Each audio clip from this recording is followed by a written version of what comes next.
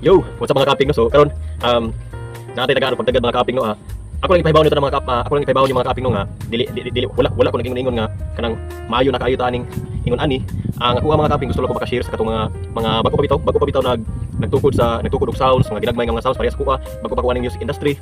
Muna nga gusto ko mo share mga kaping sa katong mga kaila sa dato nga nangayo og ideya sa tuwa kay ako mga kaping nakadawat man ko ngadto sa akong mga kaila pod nga libre. Ako sa ning i-share sad ninyo mga kaping nga libre pod. Namo gyud ang utana mga kaping. Dala mga kaping mo ni ihang chat ay. Tawa.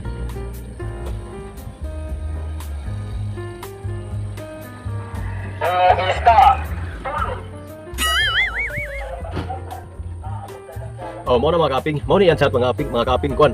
Ngano kunong ang iyang amplifier bago pa daw kuno niyang napalit pero ni aso ang iyang amplifier nga ang iyang giload kuno walo ra kuno kabuok nga speaker gagmay kada siguro mga speaker nga gagmay kuno walo kabuok.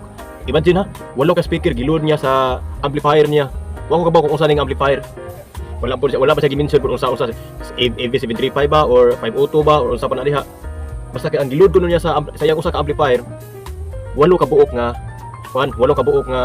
speaker. Ako to bagon.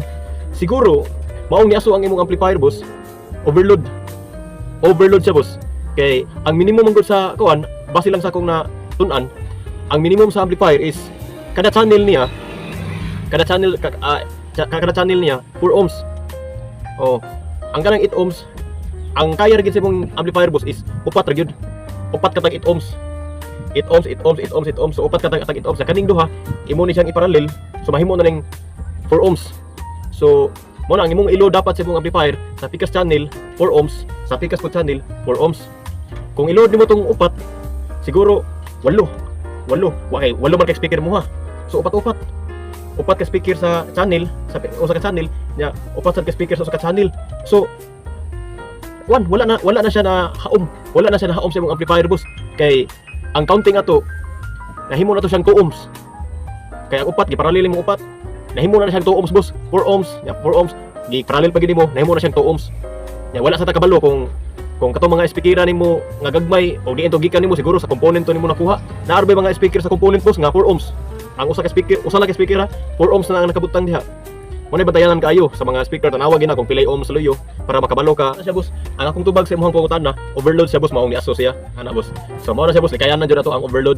Before ta mo load sa tuang amplifier ato sa counting daan kung nahahaom ba gid na igo pa gid sa minimum o sa maximum.